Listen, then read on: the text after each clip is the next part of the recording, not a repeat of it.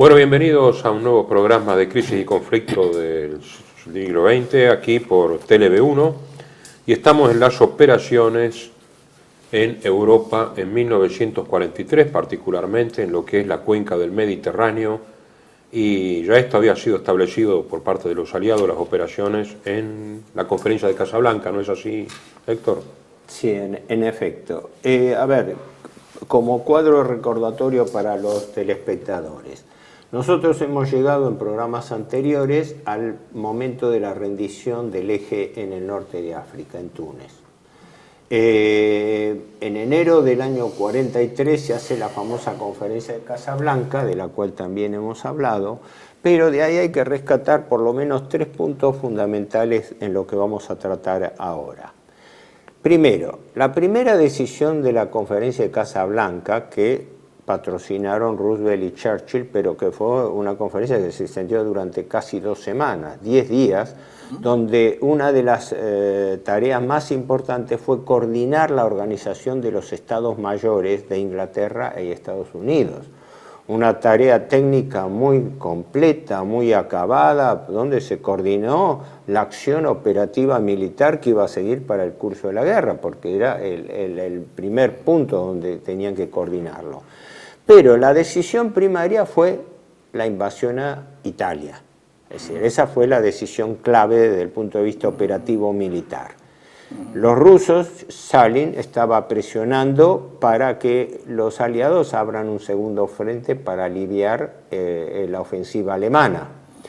La opinión militar norteamericana era que no podía pensarse en una ofensiva en el oeste, en la costa noroeste de Francia, hasta el año 44, que las fuerzas aliadas no iban a estar en condiciones de hacerlo, pero que como alternativa estaba la irrupción por el sur de Italia.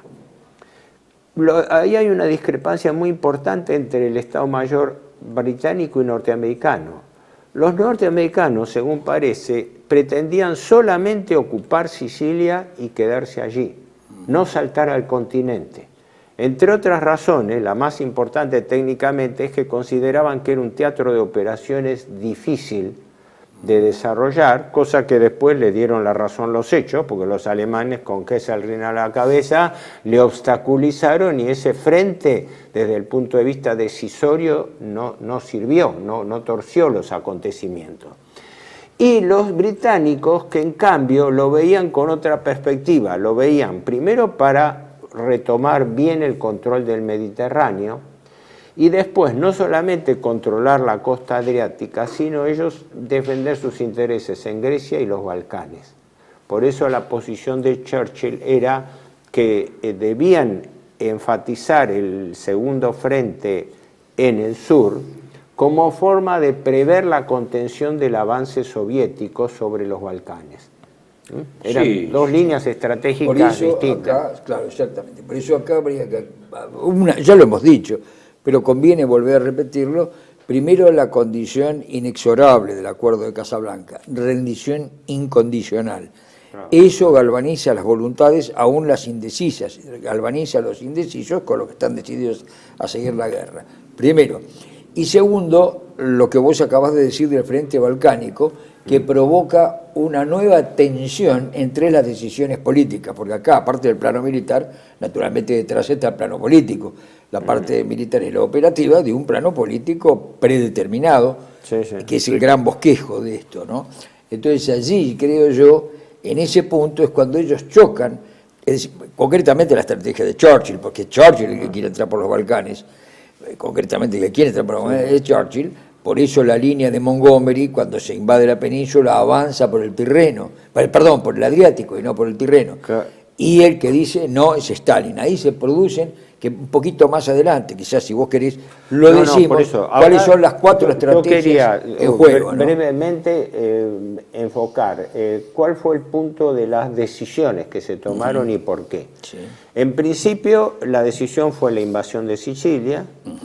Y los norteamericanos con idea de apuntalarse en Sicilia y no hacer en principio operaciones en el continente, o sea, en la península. Los ingleses más interesados en apuntalar su posición en el Mediterráneo y los Balcanes, porque ya el eje había dejado de tener la iniciativa, aunque hubo operaciones aéreas importantes alemanas, ¿no?, de afectación y todo. Ahora bien, ¿cómo fue planeada básicamente la operación? Los norteamericanos iban a desembarcar en el sur de Sicilia. La localidad, aunque es una localidad chica de referencia, era Gela, ¿no? Con idea de apuntalar la cabeza de playa principal y luego desplazarse no solamente al interior, sino hacia el occidente, a Palermo, la capital de Sicilia. Que eso tenía un doble objetivo. Primero ocupar terreno y después convalidar algo que vamos a ver más tarde, que es el pacto que el gobierno norteamericano había hecho con la mafia ítalo-norteamericana, donde el apuntalamiento en Palermo le iba a dar el control político total de la isla, ¿no? Y del lado británico, el desembarco se hacía en el sureste, en Siracusa. ¿Para qué? Para hacer eso. Los norteamericanos pensando avanzar por la costa del Tirreno y los británicos por la costa del Adriático. ¿Cómo se hizo? Hay que insistir en las dos visiones estratégicas y geopolíticas totalmente distintas. Churchill, envalentonado por su única victoria, después que los echaron de Creta, en el Alamein, tenía algo que ofrecer a la opinión pública británica, atacando al eslabón más débil y la potencia más débil del eje. Claro. Porque estratégicamente la derrota en el norte de África afectaba sobre todo a Italia, evidentemente. Es decir, el mapa lo dice. Era, digamos, una Cartago reforzada frente a Roma.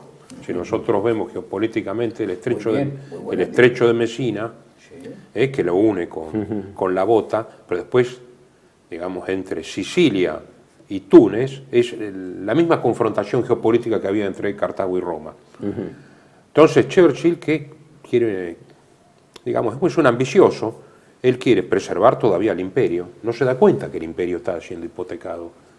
Él considera de que el árbitro de Europa tiene que ser él, y es obvio que desde el Mediterráneo, y presionar en los Balcanes, porque además intentaría una cuña, ya fantasioso, porque es una cuestión ya de fantasía, lograr una cuña entre Europa Oriental y Alemania y atajar de ese modo al rodillo soviético que después de Stalingrado se estaba revelando cada vez más poderoso. Por eso que vos decís es que ahí choca directamente con Stalin, porque Stalin percibe esto.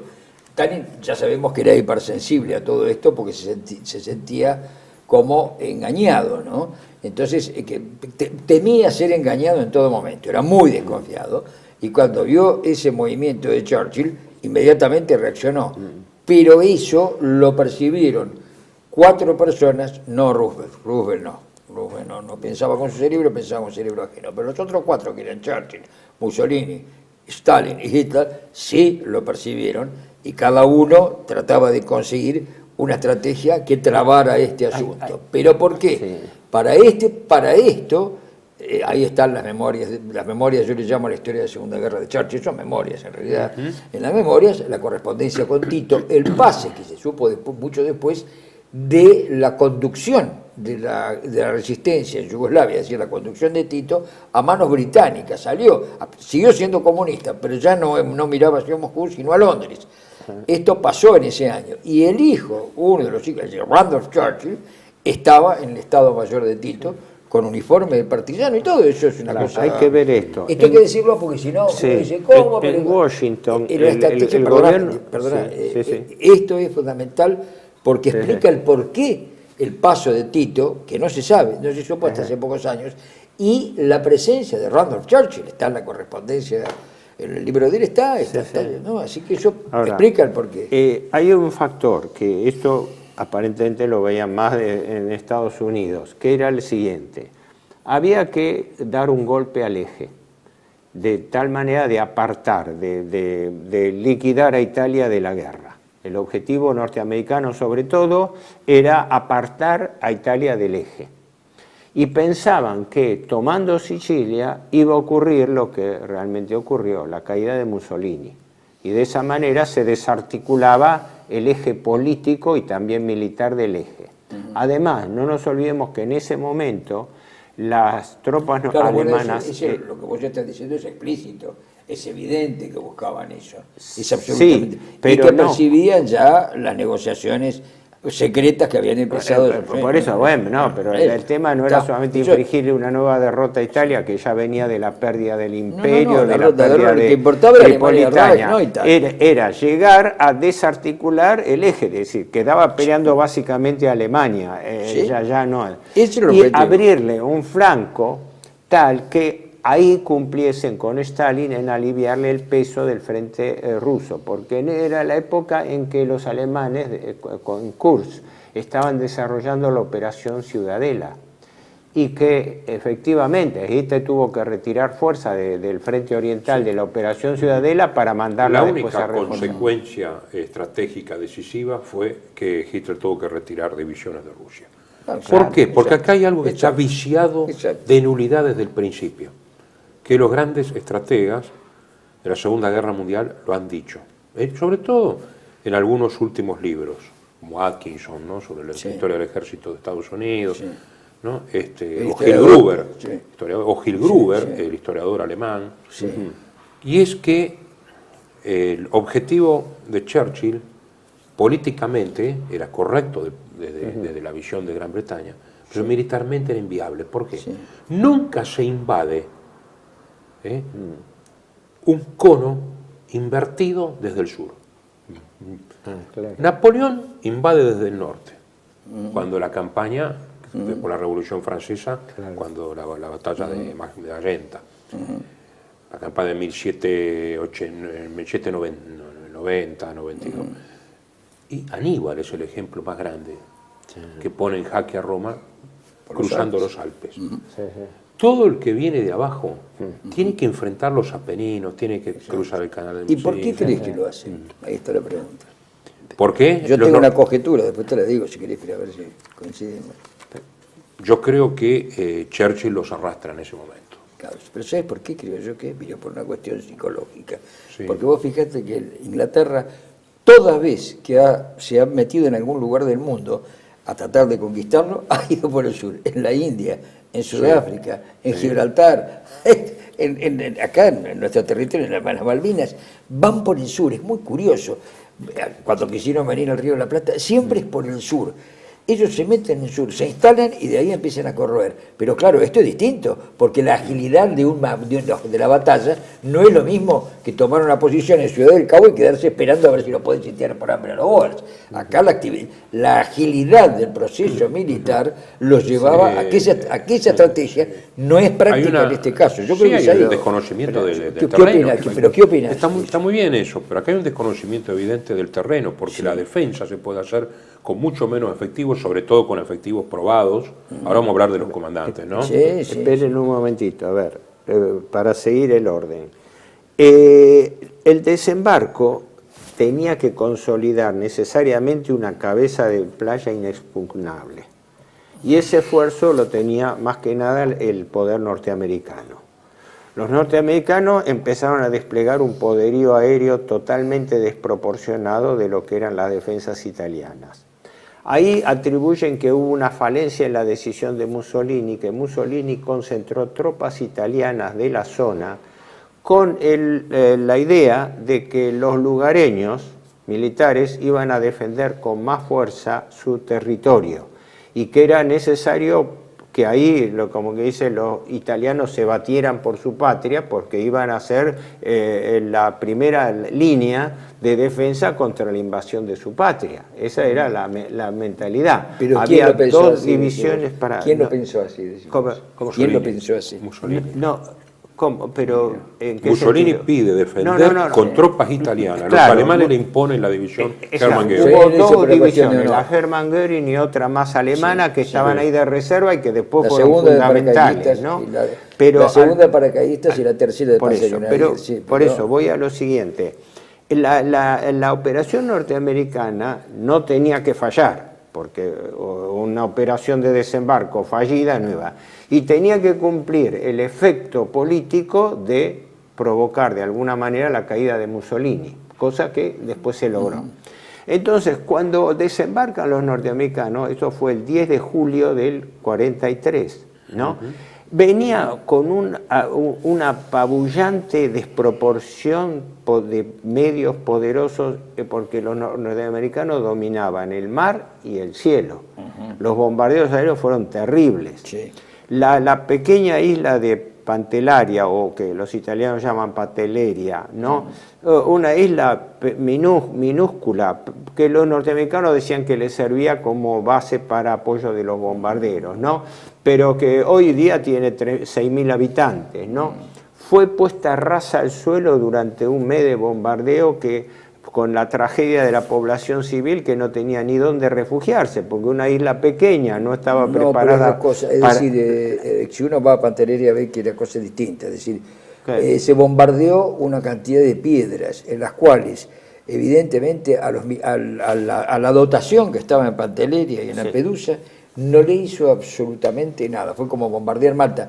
No le hizo, fue un desastre, mataron civiles, pero militarmente, punto de vista estrictamente militar, ni Pantelleria ni Lampedusa, punto de vista militar. No eran objetivos en sí mismos, claro. No, lo dice eso muy bien John Fuller y otros historiadores. Porque además había cuevas y conexiones. Por las cuevas, se metieron dentro de las cuevas. Sí pagaron los civiles que salían y demás, que se creó un problema con los civiles.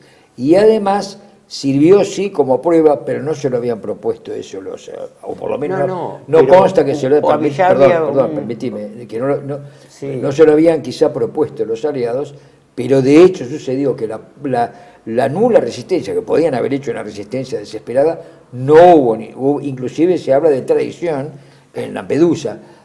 Hay algo de la parte de los italianos, y eso es lo que psicológicamente preparó el clima para la caída del gobierno Mussolini. Pero bueno, yo sin extenderme mucho en esto, lo que quiero decir es esto, que la abrumadora desproporción de poder aéreo y naval, con bombardeos terribles, tenían una finalidad también política, aterrorizar a la población, para que la población, frente al apabullante despliegue de tropas, quedase como que ella anonadada, aturdida. Por eso también pasó con las fuerzas italianas. Y no hablemos del trabajo de Zappa que hizo la mafia con respecto a la rendición, a incitar a la rendición a las tropas, que eso lo vamos a ver en el próximo bloque. Pero yo lo que decía es, primero se atacó el archipiélago de las 3 islas, Lampedusa, son 3 isletas que hay allí antes. Una vez eso, ya como anticipo, el desembarco, en realidad los norteamericanos que tuvieron más resistencia se mantuvieron 5 días, hasta el día 15, entre el 10 y el 15, en una cabeza de playa de Gela, donde intervino, si no me equivoco, ya la división Hermann Göring, ¿no? Porque los italianos ofrecieron resistencia inicial, pero hubo luego una especie de derrumbe y repliegue, y entonces los norteamericanos consolidaron la cabeza de playa. Creo que al día 15, desembarcaron el 10, al día 15 ya estaban consolidando. Ese era el 7º ejército de Patton. Claro. Y el 8º ejército de Montgomery. Alexander. Alexander era el comandante en jefe del teatro operativo, lo cual demuestra que la prioridad de Gran Bretaña. Pero hay a través de la mafia, después explicarlo vos que lo conoces, el tema, hay a través de la mafia y de los espías, que tenían los aliados, percibieron que no iba a haber resistencia, resistencia en serio de parte del ejército italiano, y la población estaba exhausta y no quería resistir. Esto es grave porque eso es lo que provoca la caída. Que durante un mes estuvo bombardeando Sicilia terriblemente, entonces la población estaba ablandada desde el punto de vista del poderío. Nunca habían visto... Pero el bombardeo, como vos bien decís, el bombardeo tenía un efecto, o produjo solamente un efecto psicológico, ya que las tropas alemanas tuvieran bajas insignificantes con el bombardeo. Se movían los paracaidistas de acá para allá, les bombardeaban los caminos, los mismos caminos que se bombardearon para que no pasaran las tropas alemanas, sirvieron para que después los aliados no pudieran avanzar rápidamente por la isla, porque los alemanes pasaban por los valles por otro lado, con bajas mínimas, y ¿cómo se llama?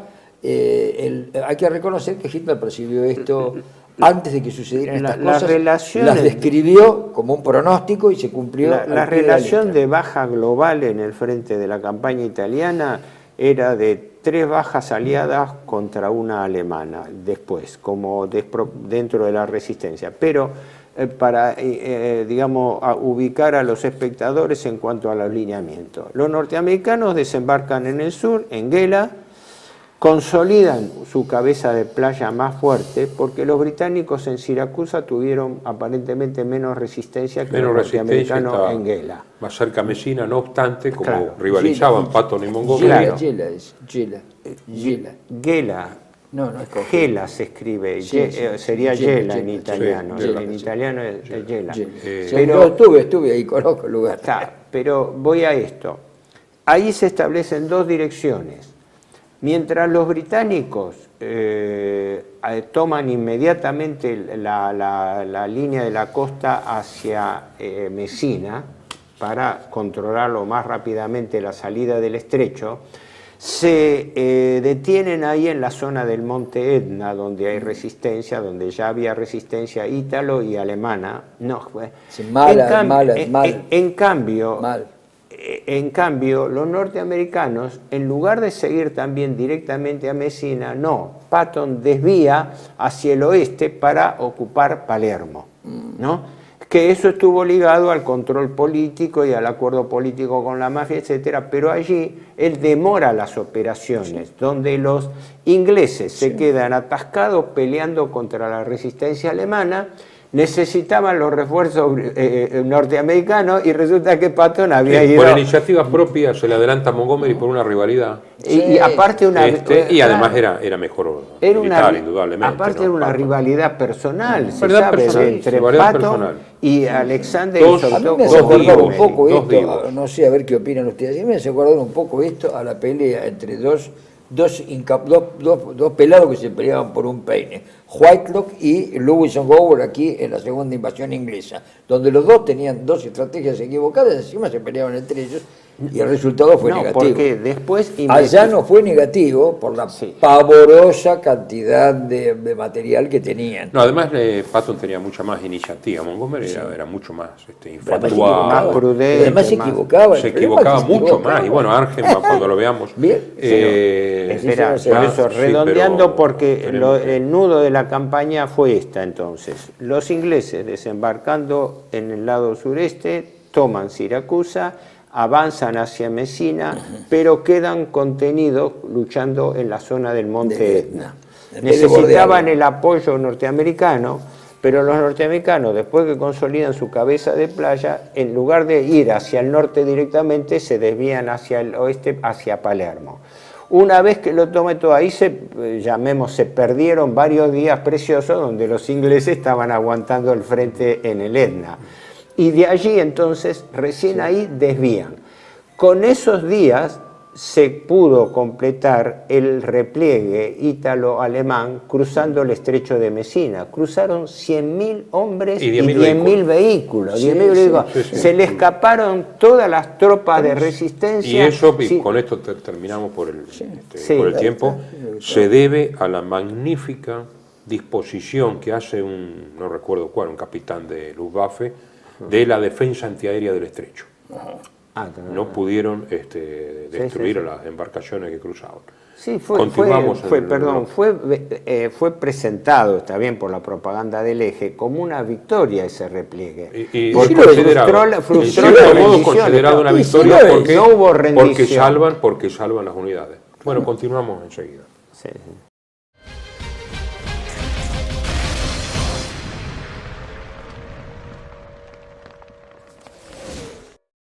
Bienvenidos a CEPA, Centro de Estudios del Pensamiento Americano.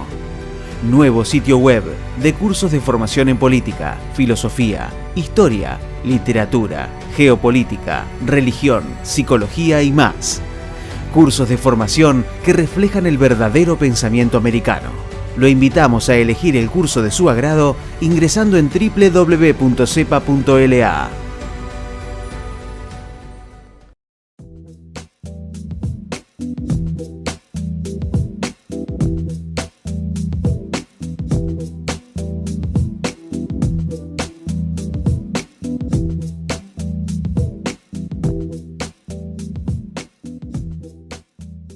Decir siempre la verdad primero tiene un precio.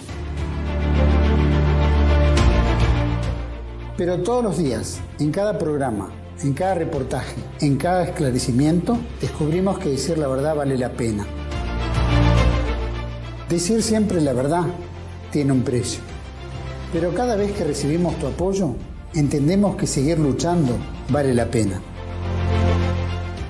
Dependemos de tu ayuda. TLV1, toda la verdad primero.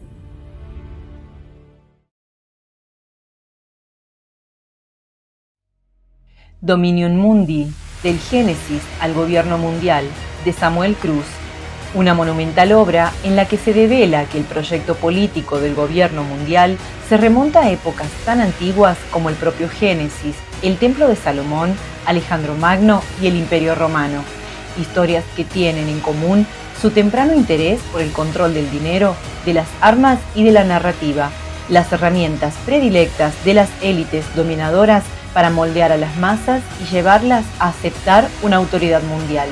En esta, su segunda obra, el autor recopila y conecta los eventos históricos que han sido alejados del conocimiento público porque la verdad no es conveniente para los poderosos del mundo. Dominium Mundi, del Génesis al Gobierno Mundial, disponible en Amazon en formato físico y Kindle.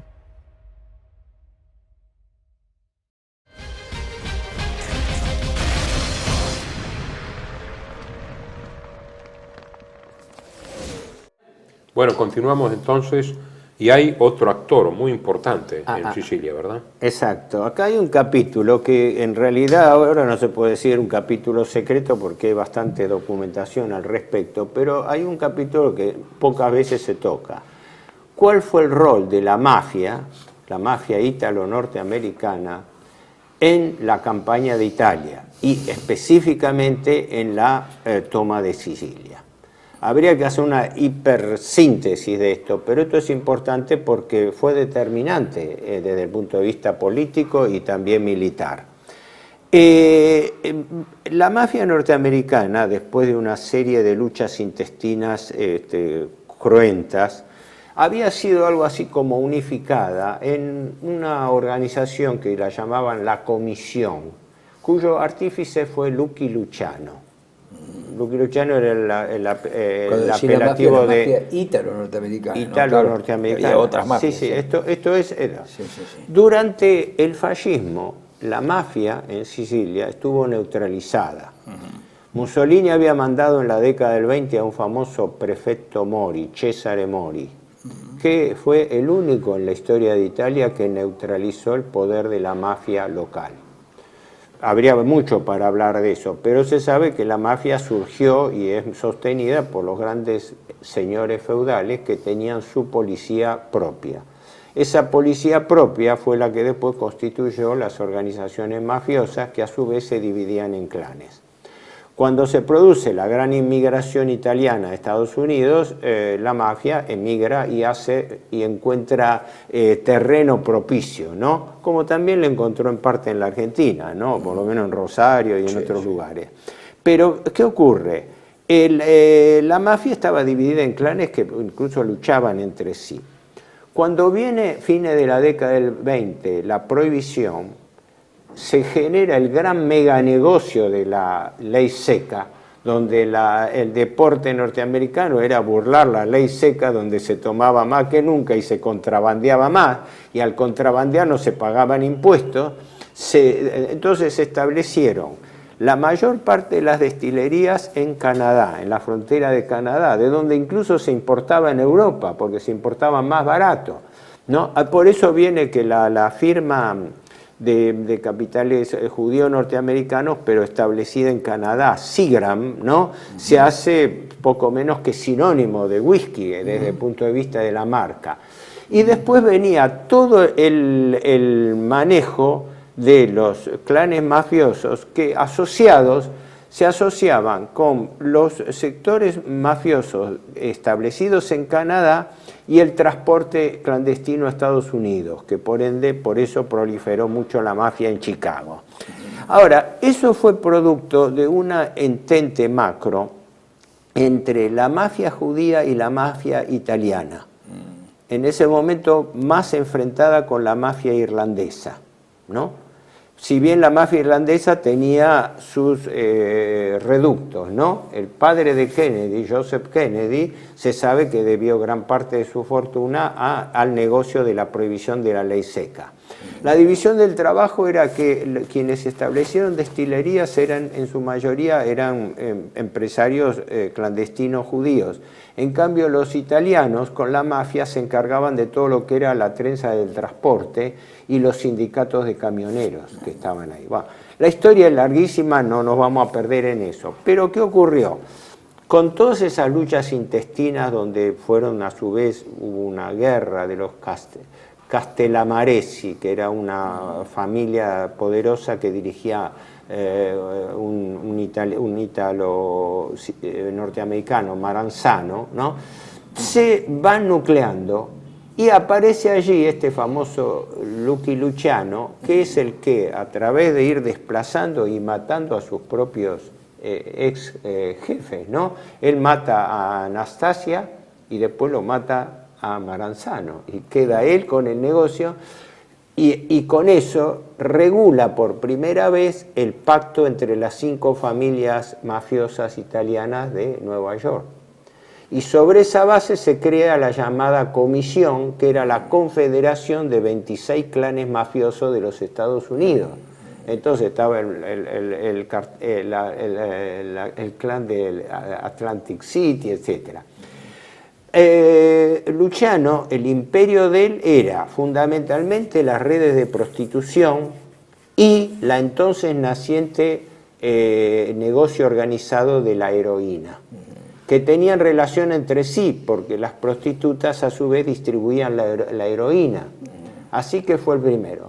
Y Luciano es el que establece por primera vez la alianza entre la mafia italiana centralizada, federada, y la mafia judía, que en ese momento estaba controlada por Meyer Lansky. Famoso Lansky. El famoso Meyer Lansky, y también un segundo de Lansky, que era independiente, que era Bugsy Siegel, que después se hace famoso por Las Vegas, ¿no? Por Las Vegas, por el Hotel Flamingo. Ahora, ¿qué ocurre? La alianza entre Luciano y Meyer Lansky duró hasta la muerte de ambos, después de la guerra, porque ambos sobrevivieron y ambos fueron hasta cierto punto reconocidos por sus servicios por el gobierno norteamericano. Entonces, toda esta alianza tuvo una larga lucha durante la década del 30 porque Luciano era perseguido, como lo fue Al Capone, buscándole todo tipo de delitos periféricos, como Al Capone, que lo terminaron poniendo preso por evasión de impuestos. En el caso de Luciano, utilizaron unas 9, 10 prostitutas que empezaron a denunciarlo, y sobre todo, no solamente denuncia por prostitución, sino por tráfico de heroína, que en ese momento era la droga imperante, ¿no? La cuestión es que hubo un famoso fiscal norteamericano, Thomas Dewey, que después fue gobernador del estado de Nueva York, que él con su grupo jurídico lo fue persiguiendo a Luciano, como había pasado con Al Capone en Chicago, hasta que lo puso preso, lo condenó a prisión, que por la cantidad de cargos que se iban descubriendo, Luciano tenía condenas entre 30 y 40 años de prisión. Y desde el año 1936 estaba preso. Fue pasado por razones de seguridad a distintas cárceles norteamericanas. Bueno, todo esto, que para no confundir a los espectadores, ¿qué relación tiene con la guerra? Claro, la pregunta es esta: ¿cómo se produce el nexo entre estos, llamémoslo así, prohombres del delito, y el gobierno y la política? Claro, ahí viene el asunto. La inteligencia norteamericana de la Armada estaba preocupada por los posibles sabotajes al puerto de Nueva York, porque apenas Estados Unidos entra en guerra en el 42, las pérdidas navales eran tremendas. En los primeros, creo que 3 meses de la guerra, se perdieron 120 barcos hundidos por submarinos alemanes. Entonces, imperaba la idea de que había, si no un sabotaje directo, porque nunca se probó el sabotaje, pero sí había una cadena de información que salía de los sindicatos portuarios de Nueva York, que estaban en gran medida constituidos por trabajadores italianos. Ya la mafia había tenido toda una larga lucha, desde Maranzano hasta el propio Luciano y sus hombres, de Vito Genovese, una lucha por controlar los sindicatos, como después pasó con el famoso caso Hoffa en los camioneros, ¿no? Los tipos querían hacerse fuertes en los sindicatos portuarios. Entonces aparece entre los conocidos un oficial de la inteligencia naval de apellido Haffending, que venía con la versión que hoy en día es muy discutida, de que el puerto de Nueva York era fuente de las informaciones al eje sobre la partida de naves. Claro, como se reunían naves y tenían que primero intercambiarse mensajes para coordinar dónde se unían los barcos para constituir el convoy y hacer los viajes convoyados a Europa, se sospechaba. En febrero, creo que fue del 42, ocurre un accidente en el puerto de Nueva York con el transatlántico francés Normandie. Uno de los más grandes del mundo, más lujoso. Creo que era el más grande del mundo. Había ganado la cinta azul de velocidad. Había quedado en Nueva York en el momento en que cae Francia. Entonces el gobierno norteamericano lo había requisado y lo había confiscado, lo había capturado al gobierno de Vichy y lo estaba adaptando como nave para transporte de tropas. Estando en el puerto de Nueva York haciendo unas maniobras en la zona de salida, se produce un gran incendio, prácticamente el barco queda destruido en gran medida, hasta tal punto que vuelca sobre sí mismo, queda bloqueado y queda semi-hundido, ¿no? Después se discutió mucho si era rentable o no reflotarlo y se quedó en que no. Aparentemente un accidente, pues dijeron que había, digamos, por algo, comandos de Vichy, digamos, franceses claro, atribuyeron a comandos italianos que habrían servido, digamos, italianos. Que, entre paréntesis, hoy en día se reconoce que cuando terminó la guerra y se revisaron hasta el mínimo detalle la documentación en Alemania y en Italia, no se encontró ninguna información que demostrase que había una organización de sabotaje ítalo-germana en Estados Unidos. Pero ¿qué ocurre? Parece la tarde ahí, primero mataban, después preguntaban. La cuestión es esta, que este oficial no fue el único, este oficial Haffending toma contacto con Luciano, porque Luciano estaba preso, aunque era un preso VIP, ¿no?, para establecer una alianza que fue la que firmó en principio la Marina en representación del gobierno norteamericano para garantizar dos cosas fundamentales. La primera, la información naval, que los sindicatos portuarios dejen de pasar información al eje. Entonces, Luciano encarga a uno de sus sicarios, uno de los capomafia, de apellido Lanza, creo que era Joseph Lanza, para que ponga orden y controle los sindicatos del puerto. Cosa que efectivamente este tipo hizo. En cuestión de pocas semanas mataron a 26 dirigentes sindicales portuarios italianos. Los cadáveres aparecían boca abajo en un tacho de basura, o sea, no había ninguna duda de que no habían muerto accidentalmente, ¿no? Pues eran mensajes y todo. El que una vez habíamos hablado muchísimo sobre este tema y sabía también mucho era Pablo Bollo, porque Pablo Bollo lo tomaba también del general el general que vino acá muchas veces, que era del... ahora se me escapó el nombre, pero vuelvo al tema. Entonces la Marina norteamericana llega a un acuerdo con Luciano para que Luciano ponga la mafia al servicio de los intereses militares norteamericanos y a la vez mueva sus contactos en Italia para que el futuro desembarco que estaban planeando se allanase con el apoyo de la mafia que había sido neutralizada por Mussolini para facilitar el desembarco aliado. El nexo de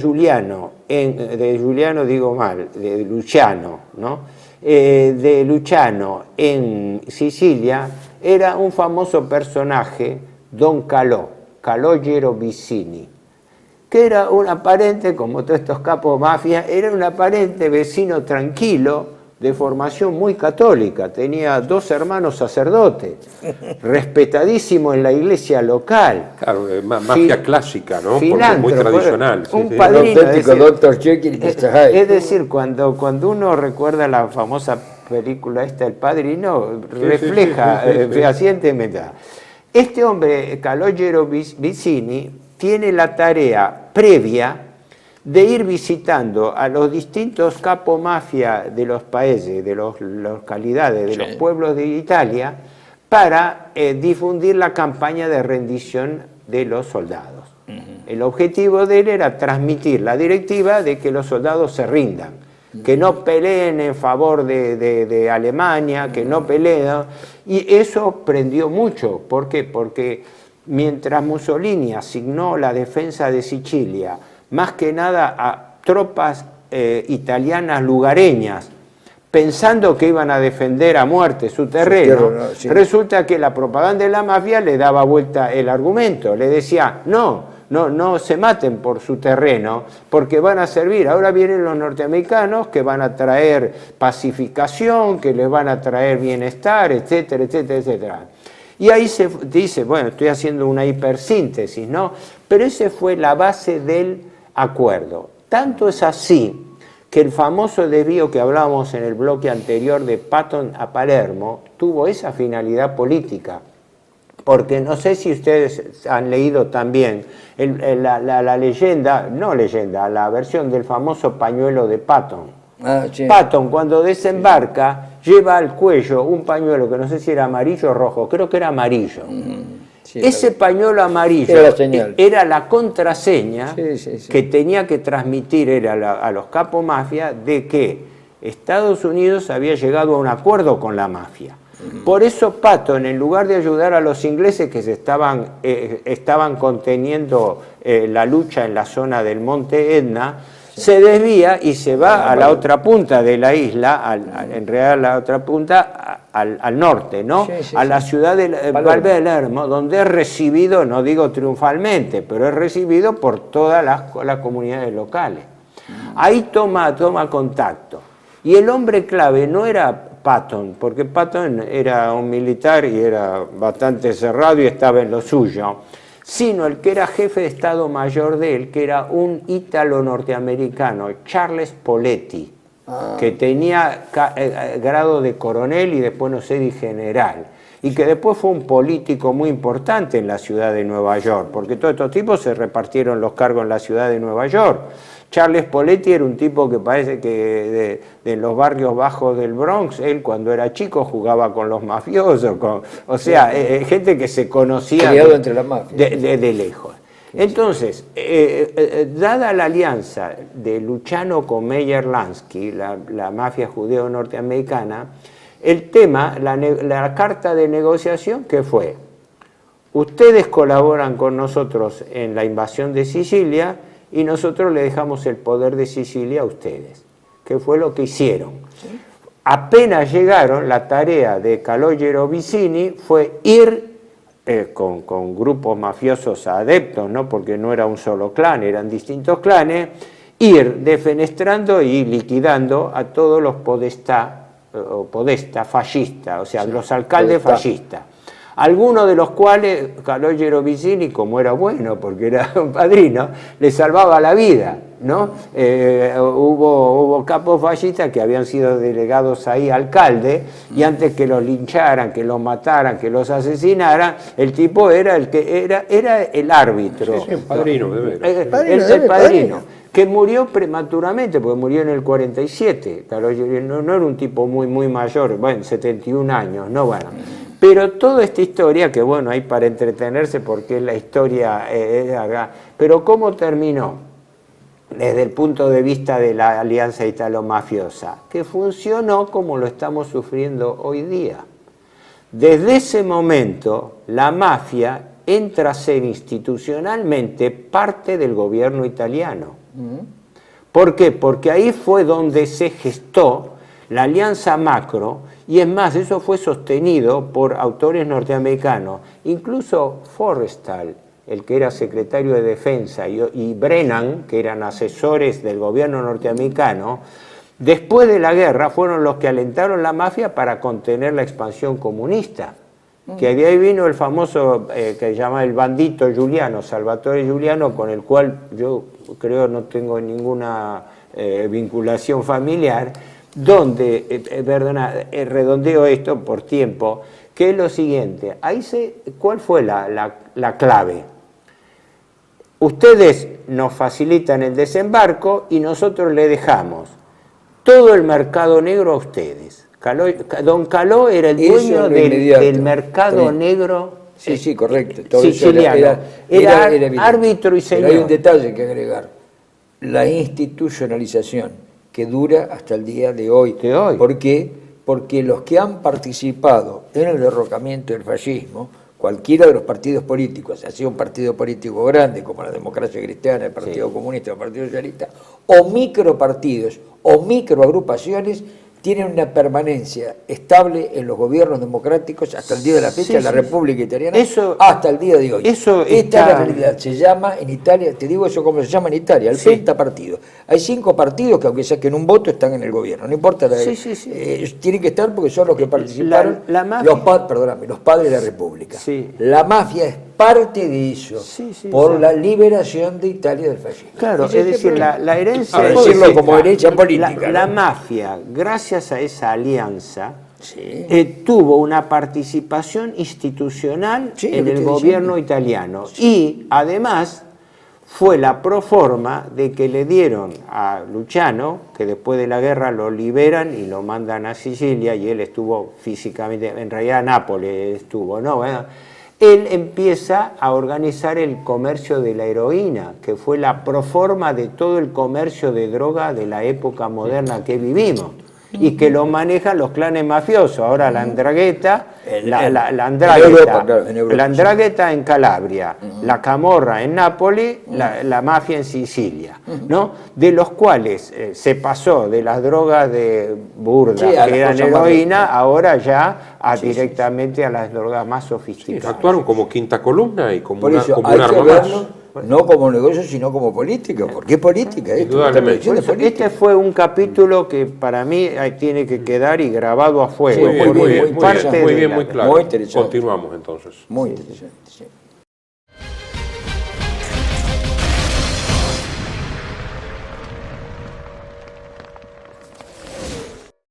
Bienvenidos a CEPA, Centro de Estudios del Pensamiento Americano. Nuevo sitio web de cursos de formación en política, filosofía, historia, literatura, geopolítica, religión, psicología y más. Cursos de formación que reflejan el verdadero pensamiento americano. Lo invitamos a elegir el curso de su agrado ingresando en www.cepa.la.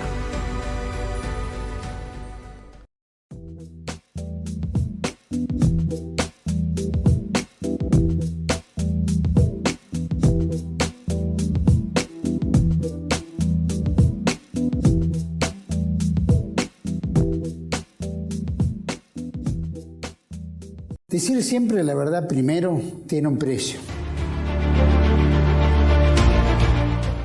Pero todos los días, en cada programa, en cada reportaje, en cada esclarecimiento, descubrimos que decir la verdad vale la pena. Decir siempre la verdad tiene un precio. Pero cada vez que recibimos tu apoyo, entendemos que seguir luchando vale la pena. Dependemos de tu ayuda. TLB1. Toda la verdad primero.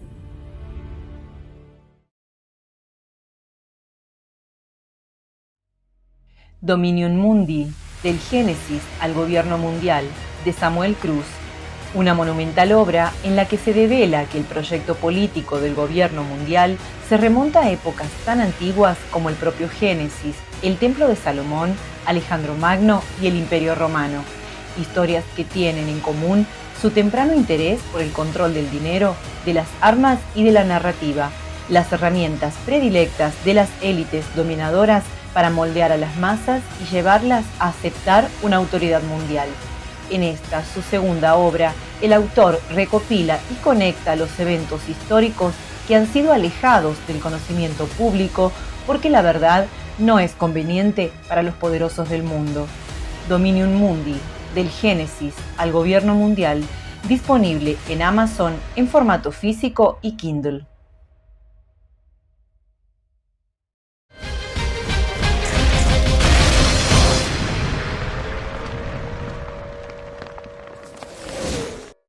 Bueno, continuamos entonces.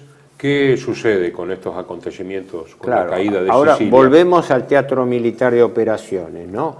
¿Qué ocurre? La conjunción de tropas británicas por el lado del Adriático, norteamericanas por el lado de Tirreno, convergen en la zona del monte de Etna y toman Mesina. Pero, como hemos dicho, los alemanes con italianos llegaron a replegarse de tal manera que no hubo una derrota directa, sino que las tropas fueron replegadas a la península. Ahí se abre un paréntesis, porque ahí había discrepancia entre los norteamericanos que estaban en la idea de no seguir la campaña a la península, por las observaciones esas, de que no lo veían como un terreno adecuado para la lucha, y los británicos que sí lo querían. Ahora, de una forma u otra, esto, como fue lógico, provocó un golpe de muerte política a Mussolini. Mussolini había perdido el imperio en África. Que ya solamente los británicos no estaban solos allí, aparte de los norteamericanos, se entiende, eso es obvio, sí, sino que además estaba el ejército francés, el general, luego mariscal Juin. Ya empezaban a operar los franceses con tropas marroquíes en la campaña, ¿no? Hay que tener en cuenta esto, ¿no? No, los canadienses. Sí, los canadienses. Sí, Inglaterra. Las tropas eran canadienses, británico-canadienses, había todo. Habían traído tropas los algerini, los argelinos, que habían reclutado. Pero bajo Juin, el general Juin. Pero espera, el tema Mussolini, que para tratar, era así. La caída de Sicilia ya significó algo así como decir el fin político de Mussolini, porque entonces ya dentro del mismo gobierno, dentro del mismo fascismo, entró el problema de que había que hacer algo. Se había perdido todo el imperio africano, ¿no? Con la caída de Sicilia, ya la posición de Mussolini era muy débil.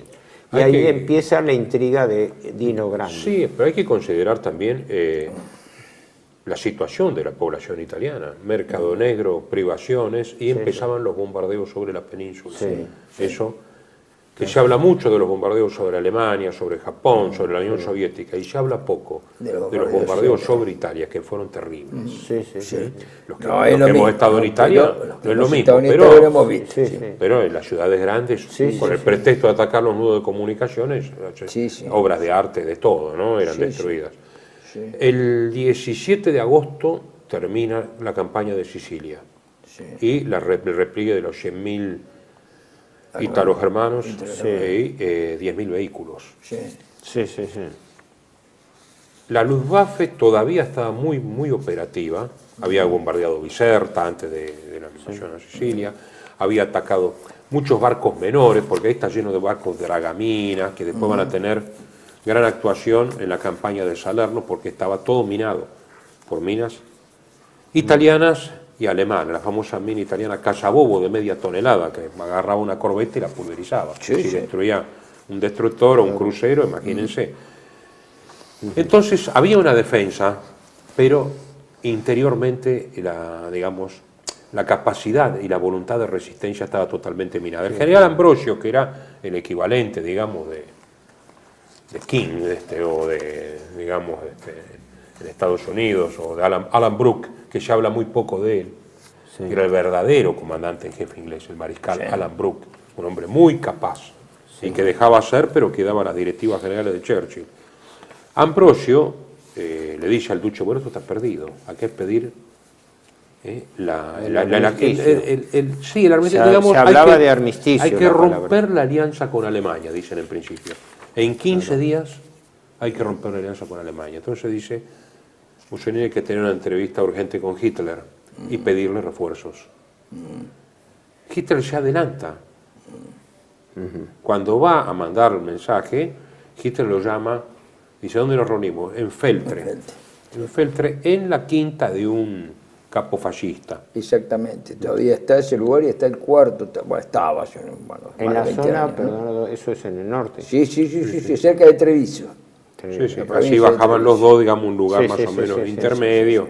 Provincia de Treviso. En la entrevista de Feltre, Hitler, que ya sabía que se estaban las negociaciones de parte de la corona italiana y del Estado Mayor del Ejército Italiano con los aliados a través de la Gestapo, que informaban a Himmler y Himmler informaba a Hitler directamente.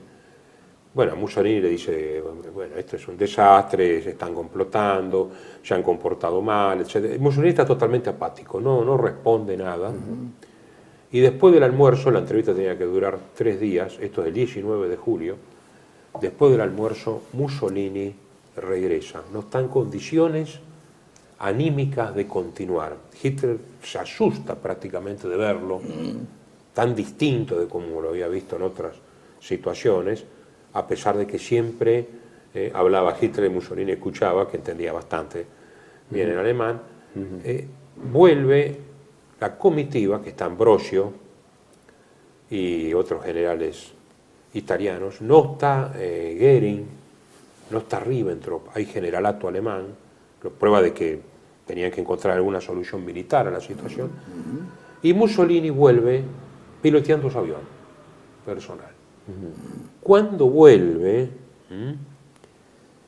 es increíble lo que ocurre, ve el bombardeo de Roma, los incendios.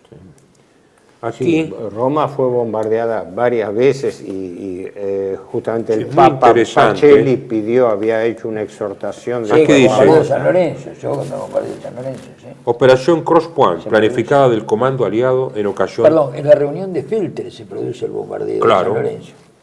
Ahí fue que estaban reunidos en Feltre en ese momento. Decían los aliados que una incursión sobre Roma aceleraría la caída del régimen fascista y la salida de Italia del conflicto.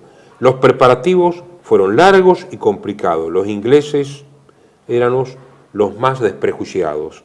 El general Harris, comandante de los bombarderos de la RAF, experto en bombardeos terroristas, dice Arrigo Petaco, quería tirar las bombas directamente, él decía, sobre la testa de Mussolini y propuso golpear contemporáneamente 4.000 kilos sobre Palazzo Venezia y Villa Torlonia. En modo de centrarlo, ¿no? Dice, mis pilotos están en grado de golpear el objetivo como si trabajasen con un bisturí, cosa que es mentira. Los ingleses tenían que bombardear de noche, porque de día los hacían, digamos, el Lancaster no era un bombardero capaz de defenderse como el B-17, pero además eso de la precisión era mentira. Eisenhower no apoyó el proyecto. Si Mussolini muere bajo nuestras bombas, lo hacemos un héroe. Con la excusa de que el bombardeo debería ser hecho de día y que los pilotos norteamericanos eran los más expertos que los colegas ingleses en incursiones diurnas, la operación se le tiene que dar a la aeronáutica norteamericana. En realidad el motivo de esta decisión era de orden político, a diferencia de los ingleses, protestantes y tradicionalmente antipapistas. Eisenhower tenía en cuenta millones de electores norteamericanos de religión católica. El propio Roosevelt, que aprobó la operación, superando cualquier cosa de perplejidad, recomendó la máxima cautela. No vayamos a pasar a la historia como los nuevos cerdos, ¿no? Había dicho. Y así en el comando aliado fue preparado como una delicada operación quirúrgica. Las formaciones de B-17 decoraron de África a las 7 de la mañana del lunes 19 de julio del 43, el día de la entrevista de Feltre, 500, una nube de acero que oscurecía el sol.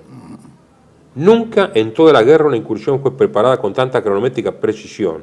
Sin embargo, las mayores devastaciones no fueron solamente en las estaciones, sino en el famoso barrio de San Lorenzo. Sí. Casas enteras fueron pulverizadas y las víctimas fueron 3.000. San Lorenzo y Trastevere, porque Trastevere era cuartier popular, barrio popular. Por eso es que, y en la Garbatella, son los lugares, estaban seleccionados los lugares que había que bombardear. Ahora, los barrios populares y el tema religioso. Iba Clark Gable, dice, entre los aviadores. Ajá, no. Bueno, perdona, volvamos un poco al tema Sí. del Gran Fallo. ¿Qué ocurre? Efectivamente, a ese punto, una vez producida la caída de Sicilia, ya la situación dentro del propio gobierno italiano tuvo divisiones y dentro de la misma jerarquía fascista. Algo había que hacer y evidentemente Mussolini no es que entró en una depresión, pero Mussolini decayó, claro, perdió su poder político desde el punto de vista de controlar la situación. Ahora, había dos líneas, por llamarlo de alguna manera, no es formal esto, ¿no? Por un lado estaban aquellos fieles fascistas que veían que había que hacer algo. Por otro eran los antifascistas que estaban relacionados con la nobleza italiana, que nunca le fue afecta a Mussolini, con el mariscal Badoglio, con el rey Vittorio Manuel III auspiciándolo. Me voy a señalar una cosa, perdón. La nobleza estaba dividida, no todo estaba... El príncipe borghese era el comandante. Pero no, ya sé, pero digo, la nobleza tradicional, la alta nobleza italiana ligada a cosas, no era fácil. Estaba la masónica, había dos tipos de nobleza. Sí. La nobleza estaba ligada a la Casa de Saboya, que tenía un vínculo fuerte con Inglaterra, y la antiquísima nobleza romana, entre las cuales estaba la nobleza negra, se le llama nobleza negra, la nobleza americana, vaticana, los príncipes de Colonna, Borghese y todo eso, que ellos no eran Saboya. Hay que distinguir. La Casa de Saboya era la que quería sacar a Mussolini. Y con eso la masonería, con Badoglio a la cabeza, que estaba allí ya en la idea del derrocamiento de Mussolini, del fascismo y la toma de partido contra Alemania. Por eso la primera actitud que se toma es que ante los requerimientos, Badoglio, una vez que lo sustituye en esta reunión que vamos a hablar ahora, si hacemos tiempo, Badoglio promete falsamente de que Italia no estaba negociando por separado una paz con Estados Unidos cuando lo estaba haciendo. Aquí ahora hay que reconocer que Hitler lo tenía con absoluta claridad cuando dice directamente, si viene Badoglio, tenemos el enemigo ahí adentro, esto viene así, ya van a ver qué sucede. Déjame llegar a lo principal. ¿Qué pasa? En Italia el poder de Mussolini era dictatorial, pero existía el Concilio del Gran Fascio, el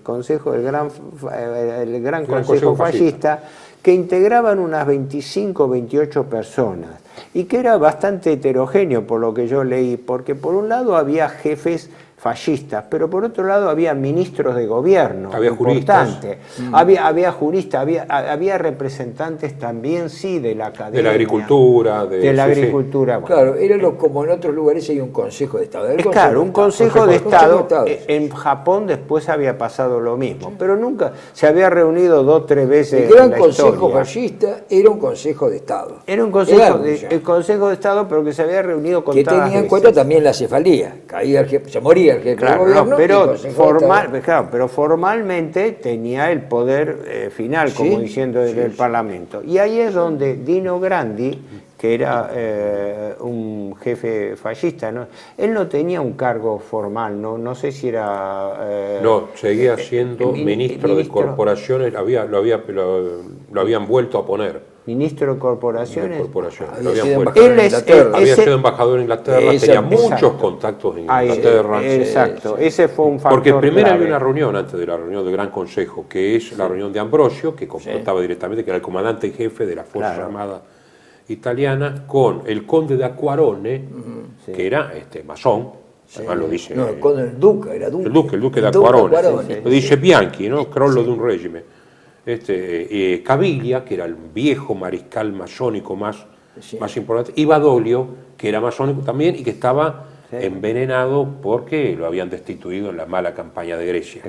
Entonces se reunieron, una reunión de resentidos, por así decirlo. Tenía además el antecedente Puleto de Caporetto, porque Badoglio venía juntando contra Mediato hace tiempo. Se reúne y dice, bueno, hay que pedirle a Mussolini que renuncie. Y Grandi entonces le pide a Mussolini, va a verlo a Mussolini. Mussolini ambiguamente dice, vamos a ver si también para ganar tiempo. Todos querían ganar tiempo. Dice, le ahorramos, Duce, una humillación si usted renuncia antes de la reunión del Gran Consejo, porque la mano del Gran Consejo viene así. Sí. Había tres propuestas. ¿No? La minuta, digamos, de Grandi era la más terrible. Sí.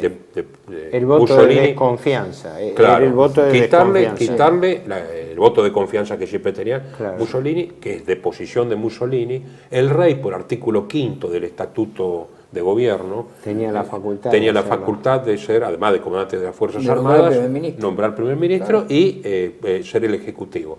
Porque las leyes archifascistas de 1925, cuando después del asesinato de Matteotti por unos escuadristi, que justamente Balbo le dice a Mussolini que tiene que poner las leyes de Balbo, y Grandi lo apoya.